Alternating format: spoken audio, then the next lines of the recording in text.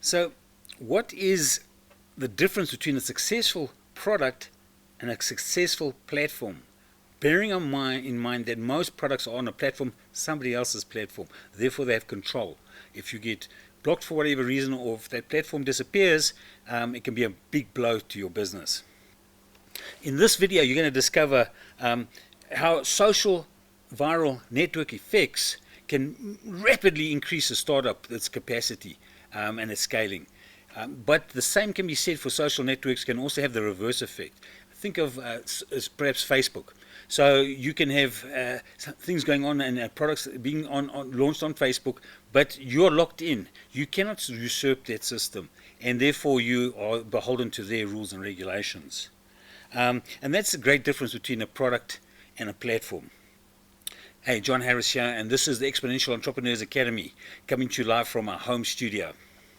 I just want to go over first a reminder that we've been over the 12 steps. This is step number 12 of the 12 steps of a startup, and we're going to look at the 4 steps, an overview, and then we're going to look at another 4 steps with implementation.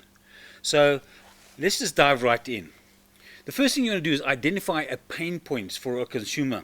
So something that is most painful will give them motivation to look for change.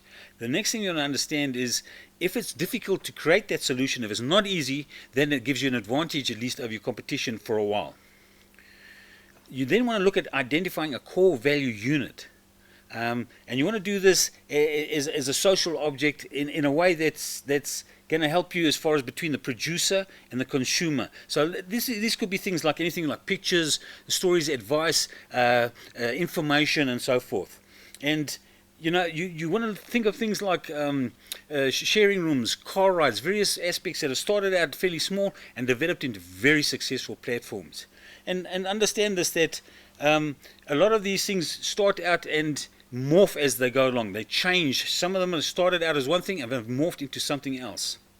So in the design, you need to design it in a way that facilitates an interaction with your community, and that interaction, then you want to create a small MVP, minimum viable product, and with that product you want to then have interaction and change it up to where it's successful. Then you can scale it, because logically at a small level it will also then be successful when it's scaled up to a large level. Lastly, we want to determine how to build a network around your interactions. And this is going to allow your users on the platform to become advocates and ambassadors to help spread the word of your business. So just remember this now, is the last 4 points we want to make is how to implement your platform, and these are the 4 steps you want to go through. And really we're looking at it in terms of data and APIs. So first of all, you want to gather. So you want to gather and harness data and build out algorithms. You want to do this via sensors, via people, via government data sets. Then you want to take that, and now you want to organize it. So you need to then, the next step is to organize it in a way that it can be consumed. And you want to ETL. So then you're going to look at how to extract it, how to transform it into something that's usable, and how to load it.